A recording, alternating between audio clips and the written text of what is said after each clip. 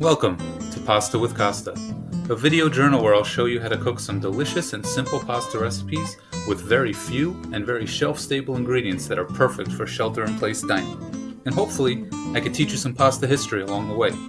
Enjoy! Before I continue, you may be wondering, is it Costa or Costa?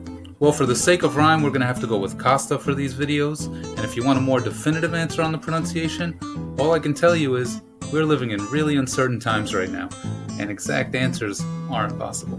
Sorry about that. So let's move on. Today's recipe is for spaghetti alla puttanesca. Really, this is the perfect intro recipe for cooking during a quarantine because the best translation for the dish is basically spaghetti with a bunch of crap thrown together. So yes, puttanesca does come from the word puttana, which does mean prostitute.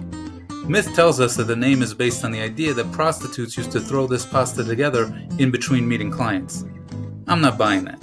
Italians tend to use the word puttana like any other curse word, so again, it probably means spaghetti with a bunch of shit mixed in. Speaking of that shit, let's look at the ingredients. For 2 people for the pasta, I like to use 200 grams of spaghetti alla chitarra, which is the square instead of the round spaghetti. 200 grams is just under half a pound. As far as brands are concerned, for me, the best dry pasta usually has the label of Bronze Dye or Pasta di Gragnano. These pastas are pretty easy to find, they're affordable, and what makes them special is that they have very rough edges, which means that the sauce is going to coat them perfectly. More on that later. For the base of the sauce, I use 300 grams of tomato, which is about 1.25 cups. I prefer pureed tomato, also known as passata, but any form will do. As far as capers and olives go, put as many as you like. I prefer the capers that are stored in coarse salt instead of brine, and I use the Greek Kalamata olives for this recipe, but feel free to improvise. Finally, the anchovy paste.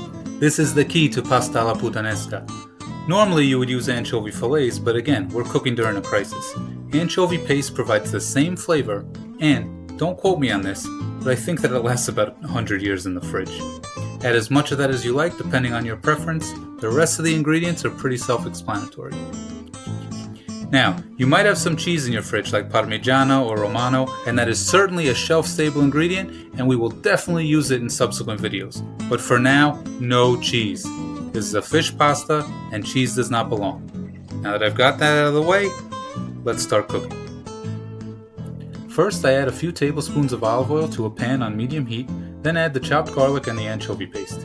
As you can see from the image to the right, I used about 1/8 of the tube of the anchovy paste. Again, the more you use, the stronger the anchovy and salt flavor, so that's totally up to you. I should add at this point that you want to have a pot of boiling water on the stove as well.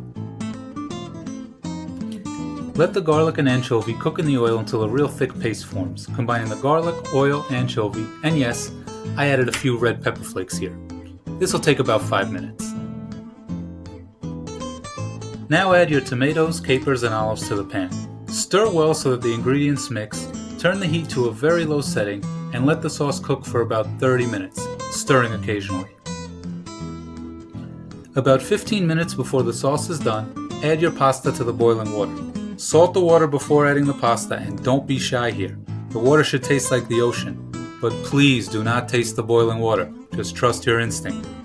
Once the salt is added, throw the pasta into the pot, and don't break it. Just let it settle in. Cook the pasta until it is al dente. Generally that means about 2 minutes less than the time written on the package, but I always taste test just to be sure. When it's ready, remove the pasta from the water with a pair of tongs and add it to the puttanesca sauce. Take a ladleful of the pasta water and add it to the saucepan. Turn up the heat to medium and mix well, and let the pasta water evaporate until the sauce coats the pasta perfectly. This takes about 1 minute. I cannot overemphasize how crucial this step is. People usually skip this step by just dumping the pasta into a strainer.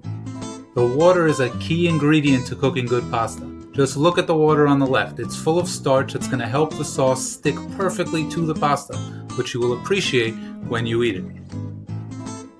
Once the sauce has perfectly coated the pasta, it will look like it's glowing red. That means it's time to plate and eat.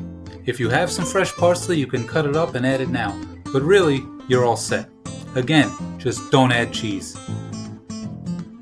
So here it is again, spaghetti alla Puttanesca. I like to eat it paired with Italian white wines like Greco di Tufo or Vermentino, but I'll let you decide based on what you have.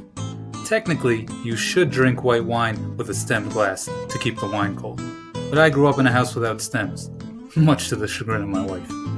In any case, I hope this was fun, good luck, enjoy, and stay safe.